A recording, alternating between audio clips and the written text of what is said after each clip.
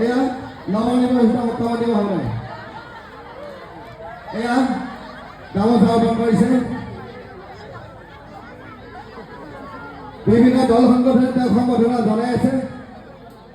এই অঞ্চলৰ বিভিন্ন দল সংগঠনে তেওঁক সম্বৰ্ধনা জনাই আছে। এয়া আমাৰ মাজত মুখ্যমন্ত্ৰী মহোদয়।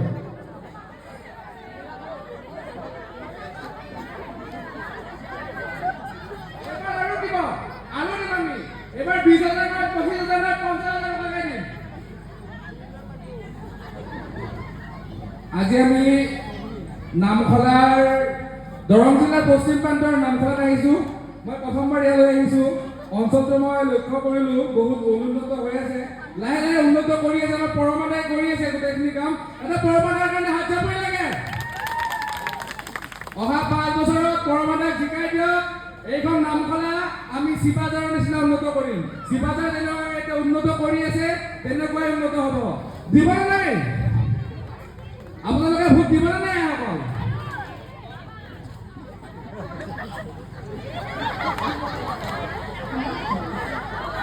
আপোনালোকে এবাৰ ভোটটো কাক দিব? ভোটটো কাক দিব? হাতত দিবনে বিজেপিক দিব? আগতে কংগ্ৰেছে কি দিছিলে আপোনালোকক? ধুতি আৰু পাঞ্জাবী আৰু কম্বল দিছিলে। আৰু আমি কি দিছো আপোনালোকক?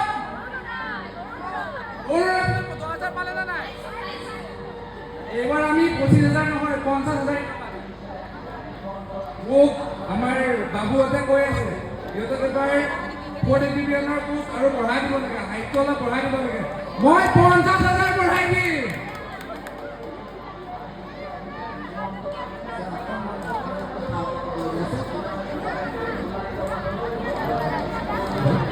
আপোনাৰ দ্বিতীয়টো কাৰ্যকলাপ আমাৰ মাজত আহিব উপস্থিত হৈছে অসমৰ জনপ্ৰিয় মুখ্যমন্ত্ৰী উপস্থিত হৈছেহি। তেখেতক আমি কেইটামান প্ৰশ্ন সুধোঁ আপোনালোকৰ সন্মুখত।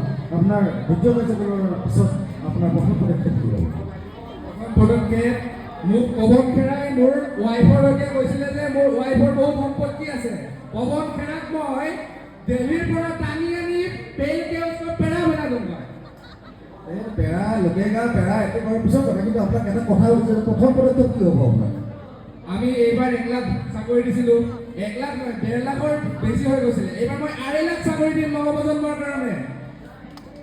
বাকী আৰু অন্য ডিপাৰ্টমেণ্ট আপোনাৰ ধৰক এগ্ৰিকালচাৰ আছে, চেৰিকালচাৰ আছে, পিডব্লিউডি আছে, পাব্লিক আছে, এইখনত কি পদক্ষেপ হ'ব?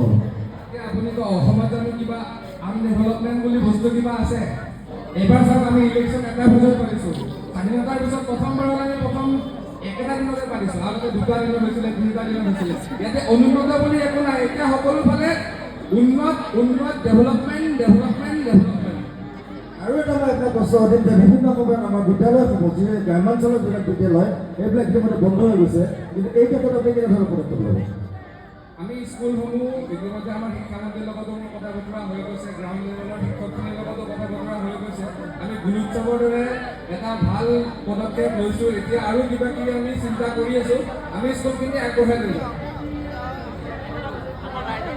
ৰাইজৰ ফালৰ পৰা কিছুমান প্ৰশ্ন থাকিব আপোনাৰ ওচৰত।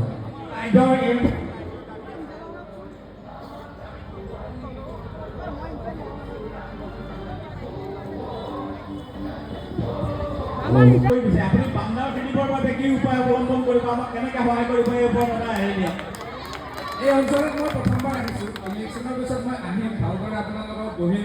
মই অলৰেডি সংঘৰ যিখিনি আমাৰ ক্লাবৰ ছেক্ৰেটাৰী আছে, সভাপতি আছে, সিহঁতৰ লগত বহিছোঁ। মই ভাবিছোঁ ফৰেষ্ট ডিপাৰ্টমেণ্টৰ লগত মই কথা পাতিম। আপুনি কথা পাতিব, ধন্যবাদ। কিন্তু এইটো আশ্বাস টানি হ'লে নহ'ব। আমাৰ ফুল আশ্বাসে দি দিছোঁ, কৰি দিম, কামটো হৈ যাব। আপোনাৰ কাৰণে আমাৰ তাতে এই অঞ্চলৰ মুখ্য ব্যক্তি এজন লৈ আছে, আপুনি অকণমান তেখেতৰ ওচৰত যাওক। জুবিন দাৰ কি ভাবিছে? আমি জুবিন দাৰ ন্যায় কথা ক'ব গ'লে এতিয়া ইলেকশ্যন হৈ আছে। ইলেকশ্যনৰ সময়ত আমি বহুত কিবা কিবি নকওঁ। অলৰেডি মই মোৰ যি গৃহ বিভাগ হয়, গৃহ বিভাগক অলৰেডি দায়িত্ব দি থৈ দিছোঁ। সিহঁতে কাম কৰি আছে তেওঁলোকৰ পিনে। এইটো ইলেকশ্যনৰ ৰিলেটেড হিচাপে যি জুবিন গাৰ্গৰ বিষয়ে বহুত কথা নাপাতোঁ।